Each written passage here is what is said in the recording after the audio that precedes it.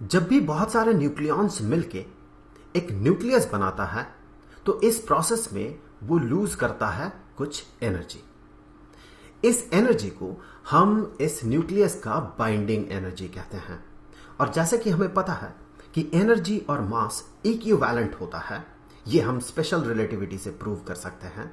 और एनर्जी और मास कुछ इस फॉर्मूला से E is equal to mc² से इंटर रिलेटेड है। तो चूंकि न्यूक्लियस एनर्जी लूज करता है तो इक्विवेलेंटली हम कह सकते हैं कि न्यूक्लियस बनते समय ये कुछ मास भी लूज करता है। चलिए इसे एक फिगर से समझ लेते हैं। किसी भी न्यूक्लियस का मास उसके इंडिविजुअल न्यूक्लियॉन्स के टोटल मास से कम होता है, और जितना मास न्यूक्लियस का कम होता है उस मास को हम कहते हैं मास डिफेक्ट। अब एक इंपॉर्टेंट टर्म यहां पर आता है बाइंडिंग एनर्जी पर न्यूक्लियॉन। यह होता है किसी न्यूक्लियस का जो बाइंडिंग एनर्जी है डिवाइडेड बाय उस न्यूक्लियस में जितने न्यूक्लियॉन्स हैं, जिसे कि मास नंबर हम कहते हैं। इन टॉपिक्स पे हमने लास्ट वीडियो पे काफी डिटेल्स में चर्चा किया है, तो उस वीडियो को देखने के लिए आप YouTube के सर्च बार में जाके लिखें mass defect and binding energy एडु point, तो आपको वो वीडियो मिल जाएगा। अब आगे इस फिगर में अलग अलग एलिमेंट्स के जो न्यूक्लियाई है उनके बाइंडिंग एनर्जी पर न्यूक्लियॉन के हिसाब से उन्हें प्लॉट किया गया है। तो इस फिगर में अगर आप देखें तो आप ये पाएंगे कि जो आयरन है, आयरन न्यूक्लियस, इसका जो बाइंडिंग एनर्जी पर न्यूक्लियॉन है ये सबसे ज्यादा है। अब जब आप यहां से बड़े न्यूक्लियाई की तरफ बढ़ते हैं तो बाइंडिंग एनर्जी पर न्यूक्लियॉन घटते जाता है। उसी तरह से जब आप पीछे की तरफ जाते हैं, दैट मीन छोटे न्यूक्लियाई की तरफ बढ़ते हैं, तो भी बाइंडिंग एनर्जी पर न्यूक्लियॉन जो है ये घटते जाता है। अब इससे हम क्या कंक्लूजन निकाल सकते हैं, और इस चार्ट का, इस फिगर का और क्या क्या प्रॉपर्टीज है, इन पे बात करने से पहले हम यहां पर फिर से थोड़ा सा बात कर लेंगे कि बाइंडिंग एनर्जी पर न्यूक्लियॉन का एग्जैक्ट मतलब क्या है, ये क्या एग्जैक्टली इंडिकेट कर रहा है। तो मान ले कि एक न्यूक्लियस में 2 प्रोटॉन्स हैं और 2 न्यूट्रॉन्स हैं। जब हम इसे स्प्लिट करते हैं तो हमें कुछ एनर्जी यहां पर प्रोवाइड करना पड़ता है, जिसे कि बाइंडिंग एनर्जी कहा जाता है। जब ये बाइंडिंग एनर्जी प्रोवाइड किया जाता है तो हाइपोथेटिकली सोचें तो सारे न्यूक्लियॉन्स जो है ये टूट के अलग अलग हो जाता है, टूट के सेपरेट हो जाता है, इसका जो न्यूक्लियर फील्ड है उससे बाहर निकल जाता है। अब यहां पर देखने वाली बात यह है कि जो टोटल एनर्जी हम लगाते हैं उस टोटल एनर्जी को हम कहते हैं बाइंडिंग एनर्जी। बाइंडिंग एनर्जी, सो बाइंडिंग एनर्जी देने से, प्रोवाइड करने से एक न्यूक्लियस, हाइपोथेटिकली सोचे एक न्यूक्लियस, उसके सारे न्यूक्लियॉन्स में अलग अलग स्प्लिट हो जाता है। तो जब हम बाइंडिंग एनर्जी पर न्यूक्लियॉन की बात करें, इसका मतलब ये होगा कि यहां पर देखिए 4 न्यूक्लियॉन्स है, तो बाइंडिंग एनर्जी को 4 से डिवाइड कर देंगे तो हमें इस न्यूक्लियस का बाइंडिंग एनर्जी पर न्यूक्लियॉन मिल जाएगा। तो इसका मतलब ये होगा कि एक एक न्यूक्लियॉन को अलग करने के लिए ऑन एन एवरेज हम कितना एनर्जी प्रोवाइड करेंगे, वही होगा बाइंडिंग एनर्जी पर न्यूक्लियॉन। तो ये बाइंडिंग एनर्जी पर न्यूक्लियॉन जितना ज्यादा होगा वो हमें ये इंडिकेट करेगा कि ये न्यूक्लियस जो है वो कितना ज्यादा स्टेबल है। ज्यादा बाइंडिंग एनर्जी पर न्यूक्लियॉन का मतलब क्या होगा कि एक न्यूक्लियॉन को वहां से बाहर निकालने के लिए, उसे तोड़ने के लिए, न्यूक्लियस को तोड़ के वहां से बाहर निकालने के लिए हमें ज्यादा एनर्जी प्रोवाइड करना होगा। तो ज्यादा एनर्जी जब एक सिस्टम को प्रोवाइड करना होगा, इसका मतलब वो ज्यादा स्टेबल है।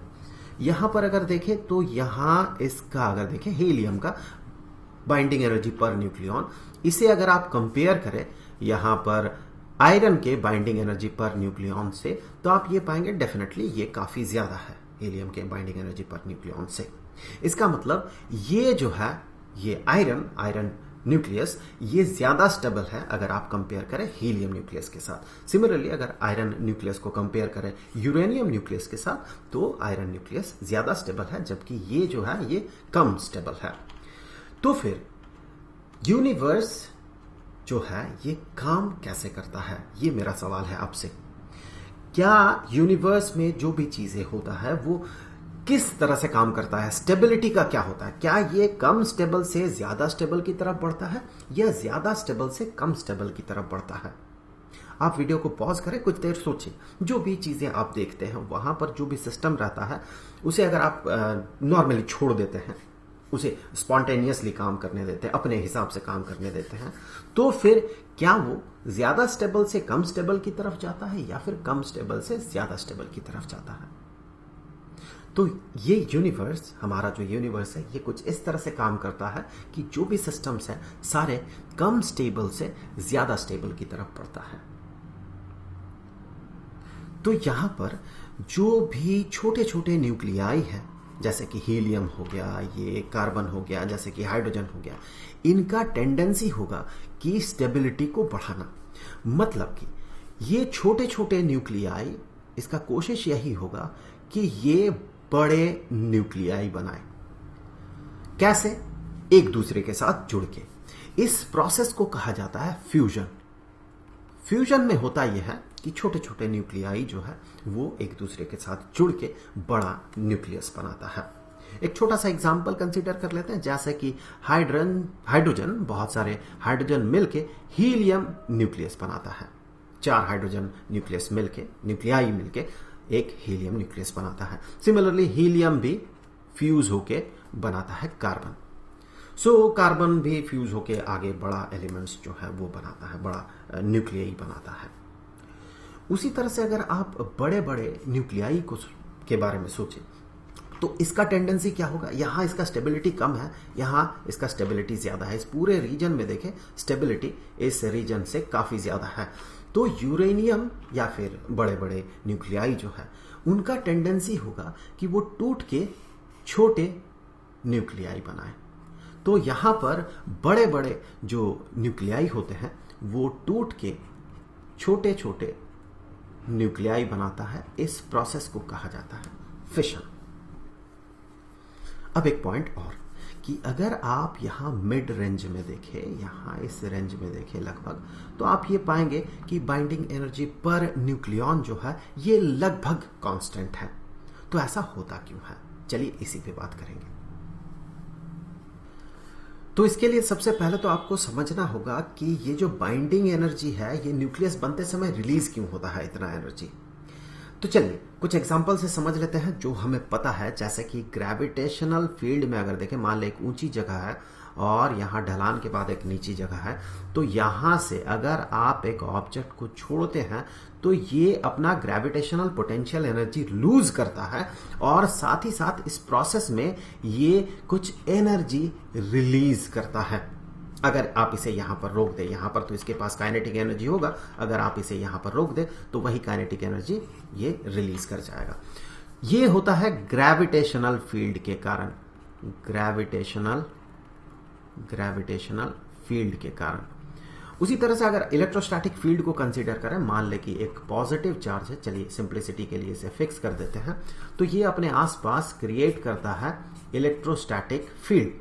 अब यहां पर इसी बीच, इसी रेंज में या फिर इस फील्ड में अगर हम कोई यहां पर नेगेटिव चार्ज रखते हैं, ये पॉजिटिव चार्ज था, तो ये जो नेगेटिव चार्ज होगा ये इसके तरफ, पॉजिटिव चार्ज की तरफ बढ़ेगा और इस प्रोसेस में ये जितना आगे बढ़ेगा अपना जो इलेक्ट्रोस्टैटिक पोटेंशियल एनर्जी है उसे लूज करेगा। अगर यहां से आप इसे यहां तक भेज देते हैं तो इस प्रोसेस में यहां फिर रोक देते हैं तो इस प्रोसेस में ये लूज करता है कुछ एनर्जी, जितना कि इसका ग्रेविटेशनल पोटेंशियल एनर्जी लूज होता है उतना ही एनर्जी ये रिलीज करता है। तो वैसे ही न्यूक्लियस के अंदर जो न्यूक्लियॉन्स है उन्हें बांधे रखने के पीछे जो फील्ड रिस्पॉन्सिबल है वो है न्यूक्लियर फील्ड। लेकिन ग्रेविटेशनल फील्ड और इलेक्ट्रोस्टैटिक फील्ड ये दोनों लॉन्ग रेंज फील्ड होता है, इसका जो इफेक्ट है काफी दूर तक जाता है। लेकिन न्यूक्लियर फील्ड एक बहुत ही शॉर्ट रेंज फील्ड है। इसी के कारण ऐसा होता है कि छोटे न्यूक्लियई जो हैं वहां से अगर उसके आसपास के न्यूक्लियई को देखें, उससे ठीक बड़ा न्यूक्लियस को, तो जो बाइंडिंग एनर्जी पर न्यूक्लियॉन है उसमें काफी चेंज होता है। लेकिन बड़े न्यूक्लियई में अगर आप देखें तो बाइंडिंग एनर्जी पर न्यूक्लियॉन में बहुत ज्यादा चेंज नहीं होता है। चलिए देख लेते हैं ऐसा क्यों होता है। इसके लिए चलिए सबसे पहले मैं एक काफी बड़ा न्यूक्लियस बनाऊंगा। सो ये मान ले एक न्यूक्लियस है, न्यूक्लियस में ड्रॉ कर रहा हूं, ये सारे प्रोटॉन्स हैं। सो काफी बड़ा न्यूक्लियस बना रहा हूं मैं। हमें ये देखना है कि असर क्या पड़ेगा अगर इसका अगला वाला न्यूक्लियस को कंसीडर किया जाए। दैट मीन एक न्यूक्लियॉन जोड़ के एक दूसरा न्यूक्लियस बनाया जाए तो उसमें कितना असर पड़ेगा। तो ये सारा जो है ये सारे प्रोटॉन्स हैं और कुछ न्यूट्रॉन्स बना लेते हैं। यहाँ पर आप एक काउंट मत कीजिए, आप सिर्फ मुद्दा को हमें समझना है। आप सिर्फ ये देखिए ये सारे न्यूट्रॉन्स हैं। सो ये सारे न्यूक्लियॉन्स हो गए। सो ऐसे इस न्यूक्लियस में हर एक न्यूक्लियॉन का जो असर होगा, दैट मीन जो न्यूक्लियर फील्ड का जो रेंज होगा, ये चूंकि बहुत शॉर्ट है, बहुत कम है, तो अगर बीच में हम एक यहाँ इस न्यूक्लियॉन को कंसीडर करें तो इसका जो असर होगा इसके आसपास के न्यूक्लियॉन्स में, तो कितना दूर तक इसका असर होगा, बहुत ही कम डिस्टेंस तक। तो चलिए मान लेते हैं इतना है वो डिस्टेंस। सो ये वो डिस्टेंस है। इसी रेंज में जो भी न्यूक्लियॉन्स है उन पे ये असर डालेगा और उनके बाइंडिंग एनर्जी को बढ़ाएगा, या फिर कहें इसके कारण जो उन पर बाइंडिंग एनर्जी पर न्यूक्लियॉन है वो बढ़ेगा या फिर उसका असर पड़ेगा।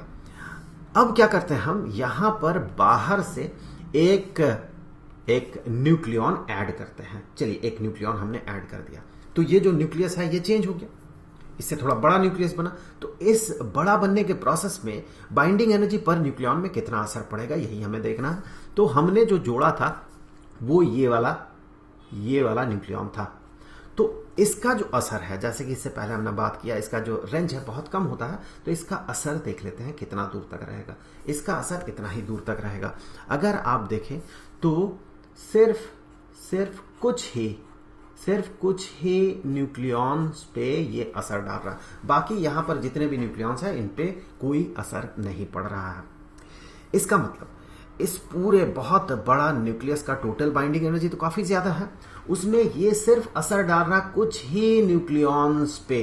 दैट मीन जो बाइंडिंग एनर्जी है उसमें बहुत ज्यादा, रिलेटिवली देखा जाए तो बहुत ज्यादा, इसका जो अभी टोटल बाइंडिंग एनर्जी है या फिर पहले जो था और अभी जो बना, इसमें बहुत ज्यादा चेंज नहीं हुआ, क्योंकि ये रिलेटिवली बहुत ही कम नंबर ऑफ न्यूक्लियॉन्स पे असर डाल रहा है।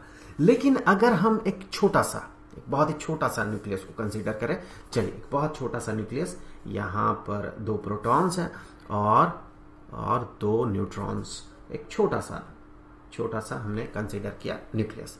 हम क्या करते हैं, बाहर से एक न्यूक्लियॉन, चलिए एक हमने न्यूट्रॉन को जोड़ दिया। अब अगर आप इसका असर देखें तो इसका असर रेंज तो उतना ही होगा। पिछले केस में, यहां पर इस केस में एक न्यूक्लियॉन का जितना रेंज था, यहां पर एक न्यूक्लियॉन का जितना रेंज है, यहां पर भी एक न्यूक्लियॉन का उतना ही रेंज होगा। तो अब आप देखें ये जो नया न्यूक्लियॉन हमने जोड़ा है इसके कारण असर पड़ेगा इन सारे न्यूक्लियॉन्स पे, वो असर पड़ेगा। दैट मीन ये सब पे असर डालेगा। ऑन एन एवरेज अगर देखें तो बाइंडिंग एनर्जी पर न्यूक्लियॉन काफी ज्यादा बढ़ेगा। यही कारण है कि जब छोटे न्यूक्लियई की बात किया जाए तो जब न्यूक्लियॉन आके जुड़ता है, अगला न्यूक्लियस बनता है, तो वहां पर बाइंडिंग एनर्जी पर न्यूक्लियॉन में काफी ज्यादा असर पड़ जाता है। लेकिन ऐसा बड़े न्यूक्लियई में नहीं होता है। जैसे कि यहां से अगर आप यहां पहुंचते हैं तो बाइंडिंग एनर्जी पर न्यूक्लियॉन में कुछ खास असर नहीं पड़ेगा। लेकिन अगर आप यहां से मान लें लिथियम से आप कार्बन पहुंचते हैं तो बाइंडिंग एनर्जी पर न्यूक्लियॉन में काफी ज्यादा असर पड़ जाएगा। तो आई होप कि ये वीडियो आपके लिए हेल्पफुल रहा होगा। आगे के वीडियोस में हम आगे के मुद्दों पे बात करेंगे। तो मिलेंगे आपसे अगले वीडियो में, तब तक के लिए खुश रहें। Good bye.